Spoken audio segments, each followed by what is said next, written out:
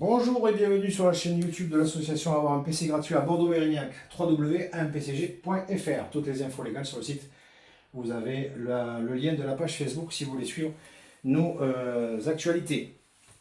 Aujourd'hui, on s'était donné, il y a 3 ans, on vous avait présenté un boîtier full Aorus i9 9700K avec du Z590 de chez Aorus. Moi j'aime bien les concepts de chez Aorus, ça fait très longtemps, ça fait une vingtaine d'années, je suis chez Gigabyte et maintenant chez Aorus à titre personnel et ça fonctionne très bien, je touche du bois, Inch'Allah. Il n'y a pas de problème quand c'est bien monté et quand c'est bien paramétré. Aujourd'hui on va vous prendre. Alors Aorus avait sorti il y a quelque temps un concept qu'ils ont appelé C500 glace furtivité ou furtif. C'est un boîtier qui était vendu, qu'on n'a pas pu trouver en Europe, qui se vendait en dollars aux États-Unis aux alentours de 1000 dollars. Il y avait le boîtier, une carte mère à l'intérieur Z690 et une carte graphique RTX 3060 uniquement. Pas de processeur, pas de barrette de mémoire, pas d'alimentation, juste le boîtier et ça. Le concept de cette carte mère, c'était que les connexions de la carte mère étaient directement fixées, pas dessus la carte mère, mais derrière, de façon à passer tous les câbles derrière le boîtier. Il n'y avait aucun câble qui était apparent. On a voulu rester sur le même concept puisque ce boîtier est difficile à trouver, c'est pas un très populaire. Beaucoup ne l'ont pas réussi à le trouver. Donc nous on est resté sur le concept de ce boîtier qui est très joli. Vous avez d'autres vidéos sur internet, vous irez voir. Donc ce boîtier se présente comment? Une façade vitrée sur le devant. Alors la façade de cette vitrée qui est là n'est pas sur charnière, elle est fixée de ce côté là et elle est coincée par le rail qui est ici, qui permet de l'ouvrir comme ça, elle tient de façon inclinée par le rail qui est là. Il y a filtre en bas anti-poussière sous l'alimentation au niveau de l'aspiration de l'alimentation. Il y a filtre anti-poussière avec une façade métallique qui est clipsée dessus sur le top. Il y a un filtre en façade au niveau de la porte avec un éclairage RGB devant. La plaque arrière qui est en métal. Le panneau arrière qui est en métal. 3 ventilateurs en façade en 120 RGB. Un ventilateur à l'arrière 120 RGB. Il y a l'emplacement pour mettre un 120 ou un 140. C'est ce que nous allons faire nous. On a aussi dessus, on peut mettre donc un radiateur en façade en 360 ou en 420 mm pour les nouveaux, en sachant que si vous le mettez devant, vous êtes obligé de le mettre en push-pull pour pouvoir avoir de l'air à l'intérieur du boîtier pour qu'il y ait un mouvement de circulation d'air. Par contre, dessus sur le top, on peut mettre un système de refroidissement en 360 et celui-là est compatible en push-pull. Donc ventilateur, radiateur, plus ventilateur sur le dessus avec le filtre et le cache. L'épaisseur qui est ici permet de mettre les ventilateurs en double épaisseur. De ce côté-là, on ne sait pas, j'ai pas vu encore, il va falloir qu'une fois qu'on aura monté, qu'on puisse mesurer avec la carte graphique, savoir si on a l'épaisseur pour mettre des ventilateurs devant et des ventilateurs derrière avec l'épaisseur du radiateur. Donc on aurait pu le monter en double water cooling, on peut le monter en double water cooling avec un radiateur I/O en haut et une carte graphique I/O sur la façade avant, ou inversement, le processeur ici et la carte graphique en haut. Ce boîtier est équipé d'une équerre ici, qui nous permet de mettre la carte graphique donc soit à l'horizontale normale, soit en verticale. En verticale, il faudra soit à cette position-là, elle est au fond, plaquée contre la carte mère, ou alors on peut la décaler, et là on a 3 slots ici, avec l'équerre qui vient se fixer, et le support. Alors, le riser qui permet de mettre la carte graphique Versi et pas fournie avec. Ils n'en fabriquent pas ni chez Aorus ni ailleurs. Donc il faut aller chez Cooler Master, qui est le précurseur dans ce domaine-là et le mieux passé. Il y en a chez Lianli, mais chez Lianli, ils sont spécifiques souvent à leur boîtier. Donc chez Cooler Master, on a le riser en PCI 4 x 16 en 300 mm, donc 30 cm. Le connecteur carte mère. Et ce connecteur-là, femelle, qui viendra se fixer sur le support. Nous, comme je vous disais, on va supprimer ce ventilateur à l'arrière en 120 pour mettre un 140 RGB contrôlé par le RGB Fusion 2.0. 140 qui va permettre d'avoir un flux d'air beaucoup plus important.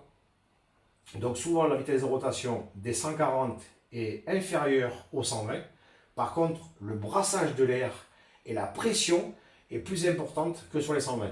Donc à choisir, il vaut mieux avoir tout en 140.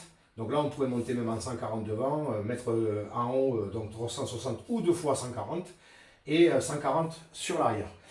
Ce boîtier est livré aussi avec un boîtier à l'arrière qui permet de contrôler l'éclairage RGB des ventilateurs. Donc il y a un boîtier qui est derrière avec un câble qui va aller à l'alimentation en SATA et un câble qui va aller se connecter au niveau du connecteur de la carte mère pour les ventilateurs. Sur ce boîtier, on va lui mettre, on a un trou en façade ici, on va lui mettre une alimentation, la bête, une alimentation Aorus Platinum 80+, 100% modulaire, avec un écran LCD avec le logo qui est animé. On peut mettre ce qu'on veut, on peut insérer des images GIF, il y a plusieurs modules contrôlés par le Fusion 2. Le système de ventilation normal qui vient refroidir les composants intérieurs, et cette alimentation-là possède un système anti-poussière. Automatiquement, elle fait tourner le ventilateur à l'envers et la poussière retombe. Ce qu'elle a aspiré, elle ressort. A savoir que ces alimentations sont encore compatibles avec les 4000, même les 5000 en puissance. Mais Aorus a sorti un nouveau modèle à 1300 watts qui vient de sortir avec directement le connecteur des nouvelles générations de cartes graphiques en PCI 5. Le câble qui est vendu à l'alimentation sur les nouvelles qui sont arrivées, il y a un connecteur ici qui est compatible avec les cartes graphiques 4000 et 5000. C'est un cordon 600 watts. Voilà. Je vous montrerai tout à l'heure après sur la carte graphique. Donc cette alimentation 100% modulaire, ce boîtier, il y a un emplacement ici 3 pouces et demi, 2 disques, 3 pouces et demi pour mettre 2 disques, et derrière ici on voit les encoches pour mettre 2 disques en 2 pouces et demi ou 2 SSD. En sachant qu'aujourd'hui on est sur du NVMe, à part mettre du disque 3 pouces et demi de 4 Tera, 2 4 Tera pour faire du stockage, je ne vois pas l'intérêt de mettre du SSD sur ce genre de machine. Dessus, système de refroidissement. Nous on est parti sur un AIO de chez Aorus Waterforce X360. Donc les ventilateurs sont compatibles. On va avoir donc les ventilateurs du boîtier où il y a une bande RGB très simple devant, qui est très jolie. On va avoir donc ces 3 ventilos en haut, plus ce ventilo à l'arrière, compatible avec le visuel. Je trouvais que c'était plus joli. Ce système, donc pareil, connecté au niveau de la carte mère avec le ping, il y a un ping spécial 12 volts pour connecter les ventilateurs, pour connecter l'alimentation et le water cooling sur la carte mère, pour pouvoir contrôler et la vitesse de rotation, l'éclairage et les réglages de la pompe. Donc ce système, on peut le mettre soit en 360 devant, soit dessus, en sachant que l'air rentre par là et ressort par là et là. Donc dans tous les cas, moi je préfère le mettre au top. Donc si c'était pas compatible, on a la chance là, c'est en 360, sinon on serait passé sur un 240 ou un 280. Donc soit un 2 x 120, soit un 2 x 140. Mais bon, c'est déjà largement suffisant. Je pense pas que ça va chauffer. À l'intérieur, on va mettre une carte mère. Donc dans la gamme Z790 de chez Aorus Elite, il y a 2 séries. La série DDR4 et la série DDR5. DDR4 Elite AX et DDR5 Elite ou Elite AX. Pareil. AX, Wi-Fi, Bluetooth. Dans cette gamme-là, en 2022-2023, il y a 2 modèles. Je vous le dis pour information, parce que souvent, suivant ce que vous avez acheté, vous n'allez pas vous racheter. Enfin, vous n'allez pas forcément savoir ce que vous avez acheté. Donc, 2022, révision 1.0, modèle 2023, 1.1. D'accord? Donc, vous saurez qu'entre les deux, il y a 2 versions différentes. Sur le même modèle, il y a 2 versions. Ils ont modifié au niveau du codec audio, au niveau des ports USB, contrôlés par le chipset, et au niveau du Wi-Fi de la Bluetooth. Donc Wi-Fi 6, 2,5 GHz pour le câble Ethernet, jusqu'à 2, donc les nouvelles box Internet jusqu'à 2 Go 5, et on a le nouveau système Wi-Fi à l'intérieur. Donc la puce a été changée par rapport à cette version.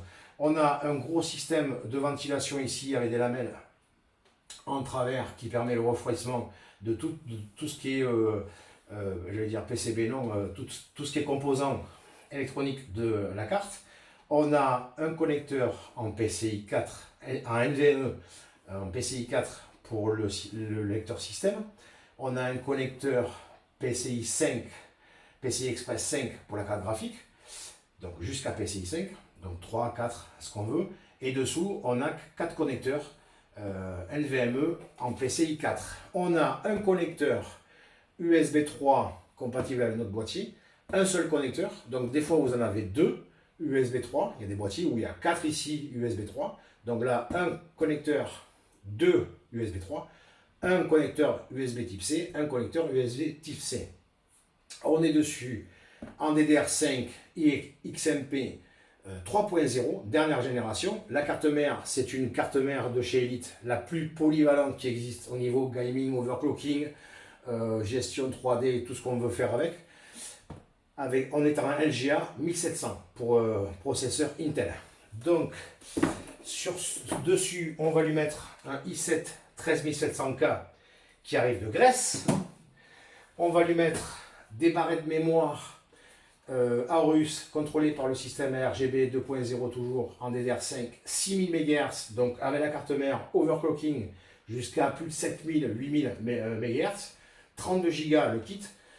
On peut monter jusqu'à 64 Go si on veut en achetant un autre kit à XMP 3.0, en sachant donc le RGB contrôlé toujours par le même système, un seul logiciel qui va contrôler l'éclairage du boîtier, le water cooling, l'éclairage de la carte mère, d'ailleurs il n'y a plus de RGB, et l'éclairage des bandes RGB des barrettes de mémoire. Sur cette carte mère, Aorus, sur ce modèle là, a carrément supprimé tout ce qui est éclairage des logos au niveau du chipset et au niveau décoration RGB, il n'y en a plus. Là, c'est soft. Elle est carrément, il y a 2 ou 3 petits points en bas, mais qui ne sont pas très intéressants. Au niveau du stockage SSD NVMe, on aurait bien voulu avoir du Aorus 7000S ou 7300S, très difficile à trouver, ou alors les prix sont exorbitants. Donc on est parti sur du Samsung PCI 4 NVMe en 2 Tera, en sachant que les 2 Tera sont les plus performantes. Le 500, le 1 Tera sont moins performantes que le 2 Tera. Sur ce modèle-là, on est, si ma mémoire est bonne, on est à 7300 en écriture et 6300 en lecture. Donc déjà 7 Go par seconde à tester.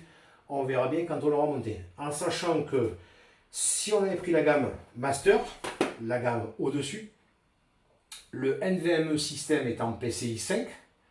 Donc je ne sais pas encore aujourd'hui, j'ai pas vu sur des vidéos si on pouvait mettre du PCI 3, PCI 4 et PCI 5 sur le même slot. Je ne sais pas, puisqu'au niveau de la bande passante, au niveau du calcul du chipset, je ne pense pas qu'on est sur les mêmes lignes. Je ne sais pas si c'est compatible ou pas, je ne veux pas dire de bêtises. En principe, PCI 3, PCI 3, PCI 4, PCI 4, PCI 5, PCI 5.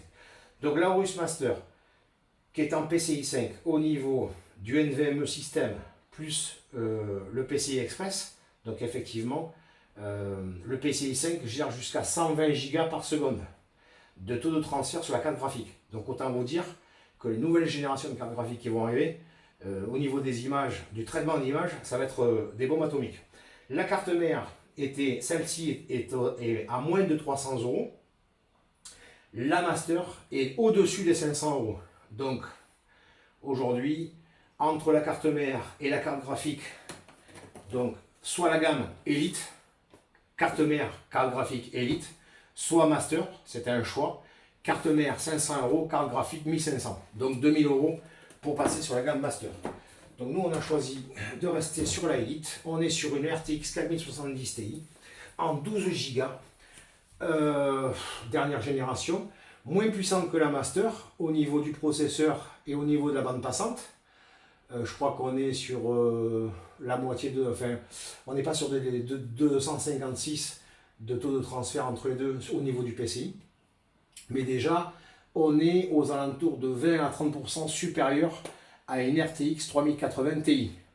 Donc déjà on est sur un produit fini aux alentours des 3000 €, boîtier, water cooling, alimentation, carte mère, processeur, SSD, carte graphique. Alors que si on était passé sur la gamme Master, là ça vaut 1000 € la carte graphique, la Master c'est 1500. La carte mère, moins de 300 €, La Master, plus de 500 €. Voilà. Donc on est sur une belle machine, à mon avis, les performances seront au rendez-vous, ça c'est sûr et certain. Donc là, la carte graphique RTX 4070 Ti avec le nouveau connecteur que je vous ai parlé tout à l'heure. Là, on est en 3 fois 150 watts. Donc ici, on a 450 watts de sortie d'alimentation pour alimenter le connecteur. Donc les nouveaux connecteurs de 5e génération qui vont sortir, les alimentations et les cartes graphiques, donc les alimentations qui sont en train de sortir et qui vont sortir et qui sortent, vont avoir ce connecteur 600 watts direct pour alimenter de l'alimentation à la carte graphique. Aorus, sur ce modèle-là, si vous mettez la carte graphique à l'horizontale, vu le poids, Aorus a mis dans la boîte un système d'équerre qui vient se fixer à l'intérieur du boîtier et qui vient se fixer une partie sur la carte graphique de façon, une fois qu'on la clipse à l'intérieur, elle vient se clipser sur le côté de l'équerre qui sont ici. Je ne sais pas si vous allez bien les voir. Il y a 2 équerres ici qui permettent de fixer la carte graphique en position horizontale pour pas que le poids tire sur le connecteur PCI Express. Alors, la carte graphique, on est sur une bestiole. Je ne connais pas le poids, mais c'est pareil, on est sur un beau bébé qui fait ses 3 slots. Donc 3 DisplayPort, un VGA, un éclairage RGB ici à Aorus, le connecteur ici avec la LED. Quand la LED est allumée, c'est qu'il n'y a pas d'alimentation. Quand la LED est éteinte, ça veut dire qu'il y a du jus qui passe à l'intérieur de la carte graphique. Donc c'est un produit neuf qui nous arrive d'Allemagne. Voilà, une belle bête de course, une belle bête de compétition. Je pense que les tests vont être concluants. On est sur un produit fini, comme je vous l'avais dit, tout à l'heure, on est sur un produit fini aux alentours des 3000 €, peut-être un peu moins, suivant où on achète les pièces. Il faut savoir qu'il y a des pièces qui arrivent d'Allemagne, il faut savoir qu'il y a des pièces qui arrivent de Grèce, il faut savoir qu'il y a des pièces qui arrivent... C'est très difficile de trouver tous les produits chez nous, dans nos magasins, à Bordeaux ou en France, pour faire un ensemble de setup comme ça. Vous pouvez poser vos questions. Donc la vidéo, le montage va être fait. Vous aurez des vidéos de montage au fur et à mesure du montage du boîtier. Il y aura des tests qui vont être faits. Il y aura des benches qui vont être faits aussi, comme d'habitude. On fera des comparatifs. On a reçu aussi des Corsair RGB Corsair, 2 kits de 32 Go Corsair 6000 MHz. Donc on pourra faire éventuellement des tests pour comparer les Corsair avec les Aorus. On pourra voir la différence qu'il y a sur des benches. Si vous avez des questions en commentaire, n'oubliez pas le petit pouce bleu, de vous abonner. Toutes les informations sur la page Facebook, vous pouvez suivre l'actualité. Actuellement, on est en train de préparer un prêt à des personnes qui sont en situation de handicap, très important pour nous.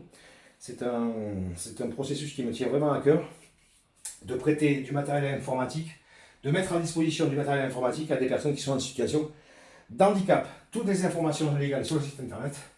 Je vous dis à très bientôt.